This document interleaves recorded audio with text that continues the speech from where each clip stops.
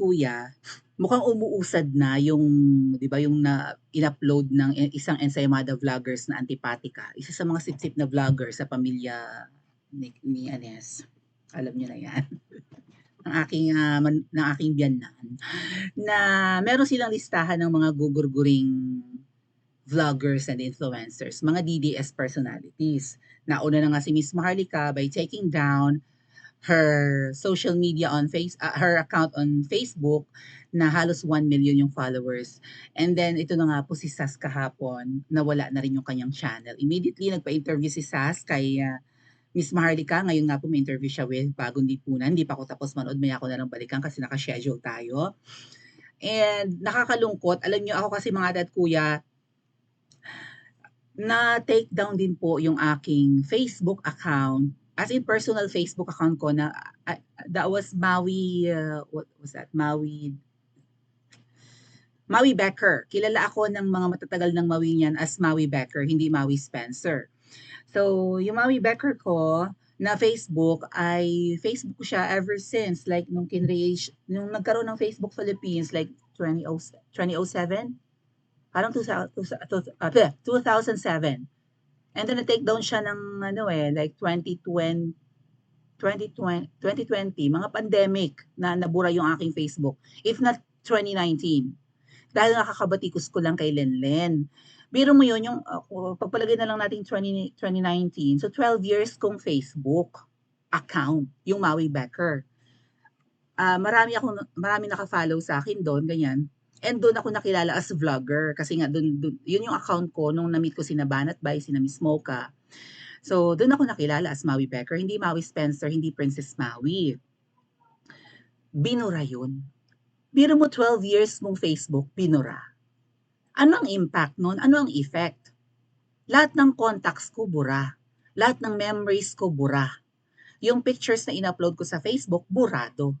Right? From 2007, nung ako'y sumasali-sali ng mga beauty pageants, nung ako'y nagtutour abroad, nandun. Mangilan-ngilan lang sa mga pinost ko sa social media ang nakasave pa rin sa computer ko. Okay? Kung sa computer ko, ako nag-take ng pictures. Usually, ang ina-upload ko sa social media, kuha sa cellphone ko. May mga phone akong nanakaw.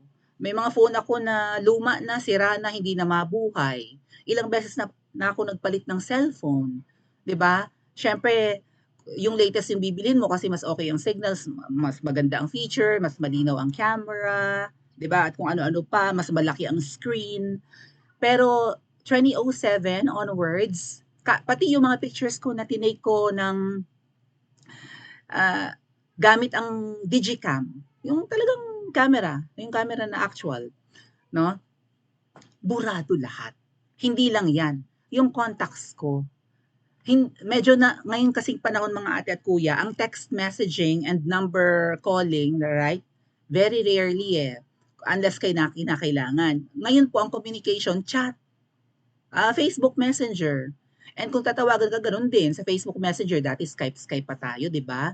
Pero ngayon Facebook Messenger, sa Messenger puwede kang i-chat, puwede kang tawagan. So yung lahat ng contacts ko hindi na lang sa phone number, hindi na parang hindi habit sa Pilipinas na kunin mo ang phone number para magkaroon kayo ng constant communication ng makikilala mo everywhere. Ngayon tatanong mo na lang ano ang account mo sa Facebook, meron ka bang Twitter, meron ka bang Insta, o chat-chat tayo. Minsan hingin mo rin ng email. Pero yung phone number, bibihirang kunin ngayon unless nasa kaliblib-libang lugar or nasa nayon or what. Pero sa city kasi ang hinihingi, social media accounts, di ba? Name on Facebook, ganyan. Oh. So, nawala yung napakarami kong contacts. Ako ay nasa group chat ng mga vloggers, nasa group chat ng mga naming magkakaklase, nasa group chat ng mga teachers, ganyan. Naalis ako dun sa group chat. Siyempre. So, hindi ko alam kung paano hahagilapin yung mga klase ko, mag-a-add naman ako ng panibago, mga kakilala kong mga Mawinians, kakilala kong vloggers, 'di ba? Mga online personalities. Gawa ako ng panibagong Facebook and hanap na naman ako. Plus yung mga assignments namin, projects na nasa group chat pino-post, share.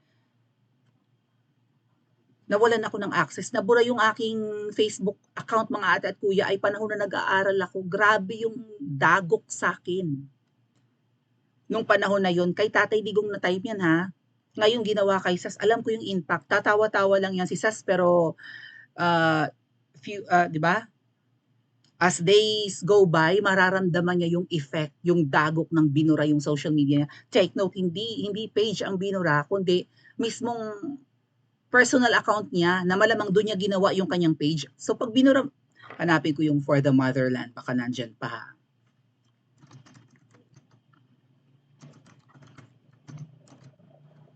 Tingnan natin kung mahahanap ko. Okay, pakita ko sa inyo. Baka sakaling mahanap pa natin eh. Malay natin, hindi yung sasrogando sa asot na baka makita pa natin. Ay, Diyos ko po. Ano ba yan? Wala. Wala. Nag-type ako ng For the Motherland. Wala, hindi na oh. Iba. TP ang lumalabas kung sino-sino. Wala na yung For the Motherland. So malamang kinrate niya yung For the Motherland page gamit ang kanyang sasrogando sasot na personal account. So, maraming mabubura dyan. Memories mo. Sabi nga ni Attorney Nick, abogado kausap ko ha, kapag ka binura ang iyong social media, violation na yan ng iyong ng iyong human rights. Something like that. Kasi nandun nga yung memories mo, nandun yung may mga sensitive information ka din na nandun, mga chat nyo ng iyong, di ba, ng iyong mga kamag-anak kakilala. Burado yun lahat. Baka mamaya, doon mo rin, minsan sinesend mo rin doon yung mga, di ba, mga tickets, aeroplano, ganyan, kung ano-ano pa. Importante! Mga videos, lahat na nandun, burado. So, grabe po yung ginawa. Ngayon si Sas, sa sobrang galit, nagpa-interview kay Miss Maharlika, panoorin natin. At ang kanyang mga revelation, ang lala-lala, damay si Thinking Pinoy kasi ramdam siguro ni Sas na, sabi nga pala ni Sas sa interview nito with Miss Maharlika, si Taning daw at saka si Mel Robles ang black ops ni Madam. Sila daw ang kumikilos para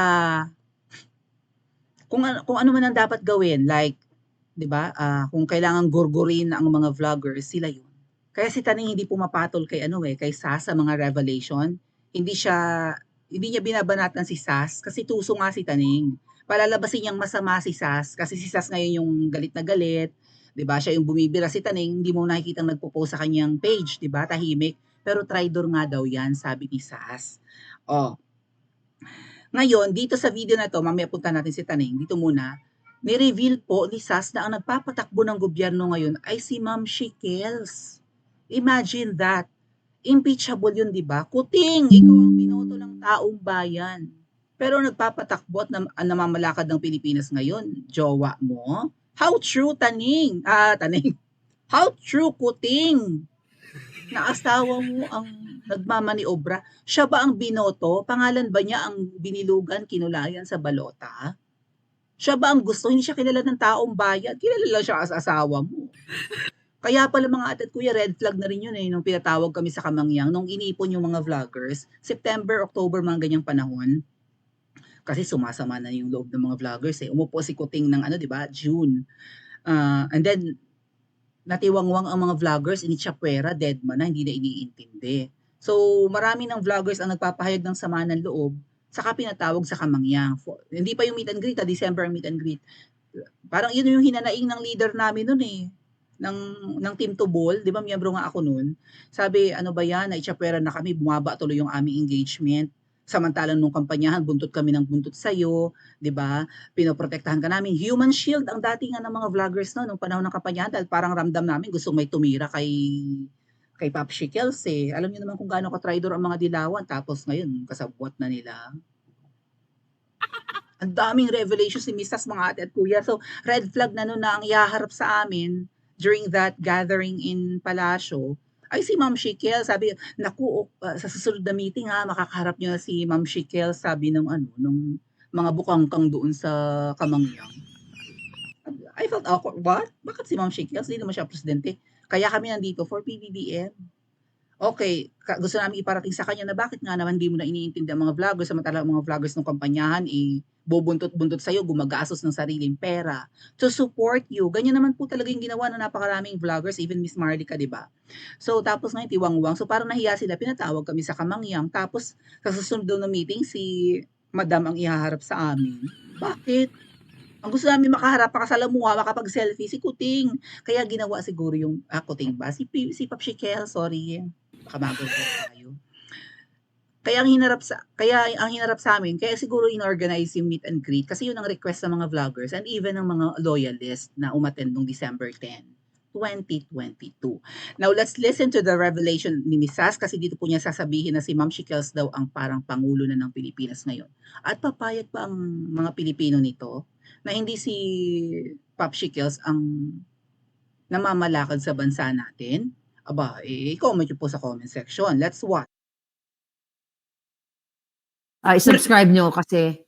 Pero yun na nga, nailabas na natin yung pwedeng ilabas eh. Isa na lang, alam mo, totoo lang ha, I think napapararing na sila. Nalalabas na kung ano man yung video na yan. Ako hindi ko alam kung ano yung video na yan, no? So, dahil wala ako napanood, hindi ko alam. Ako nga, sabi ko nga, ang dali-dali lang i-deny yan eh. Ng video na yan, pwede nyo namang sabihin na hindi pwedeng magkaroon ng video dahil hindi naman po nagko-cocaine itong presidente. Oo, napakadaling. Simple as that, no? That's the only a nail in the coffin nung issue na yan. Ako talaga hindi ko alam. I haven't seen, and maybe they are now taking down the pages that could release the video. At yung tinitake down is yung mga wala sa Pilipinas. Kasi nga, pag wala ka nga sa Pilipinas, hindi ka nila magaganit basta-basta. Yes. So, ikaw nauna ka, nasaan ka ba? Nasa US. Tapos ako, sinunod nila talaga, ako talaga, entire account talaga yung tinanggal, madam. So ano ito? Prevention of... Preventive tong nangyayari. So ako naman, parang... Preventive ng pulboronic video. Ako naman kasi... Baka showing sa iyong Facebook. Ako naman kasi, wala sa akin, hindi pa sa akin na ipapakita. Pero alam ko, yung video na yan is umiikot na ito sa mga dapat makakita. Yeah. Umiikot na yan. That's the bottom line. Umiikot na ang video na yan sa dapat makakita. Hindi ko pa siya nakikita dahil hindi naman ako kasama sa mga dapat makakita. No? So, hindi nyo maluloko ang taong bayan. That's very simple. Hindi maluloko ang taong bayan pag lumabas na ang mga dapat lumabas. Dahil I think naghihintay lamang ng tamang timing at mapoproteksyonan yung mga dapat maproteksyonan eh. I think that's just it. Pero umiikot na yan sa mga taong dapat makakita. And ako kasi yung pagkukwento mo ng ugali ng First Lady, no? We all know naman, madam, na you are the one who is in command. Yeah. Lisa, makinig ka. We know that you are the one who is in command. Alam mo, madam, alam naman namin kung gaano galit mo sa mga Pilipino dahil nga dinaya yung asawa mo noong panahon nung tumakbo siya ng Vice President. At ikaw talaga ang naubusan ng pera sa maraming bagay. Protest. Pero madam, may hangganan ang lahat. Okay? At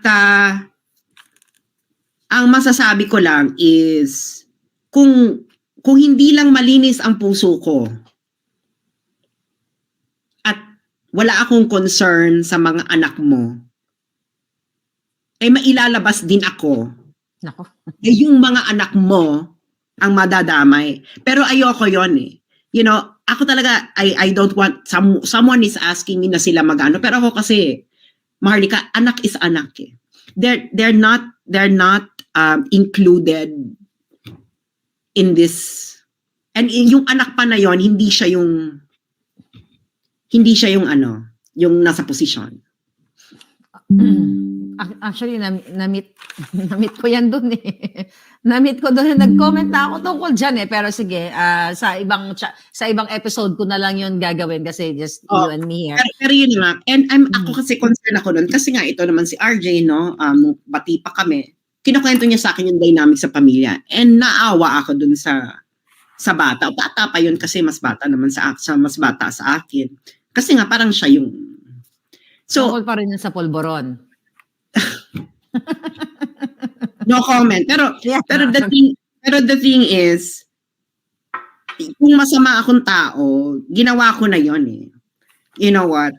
And ako talaga is I hope kung may mangyari ngayon, no? Kung may mangyari ngayon sa Pilipinas is wag na kayong pumayag na maligaw sa Hawaii. Kasi Yeah. second time. Huwag sa Hawaii. Ikulong sa, lagyan ng ano.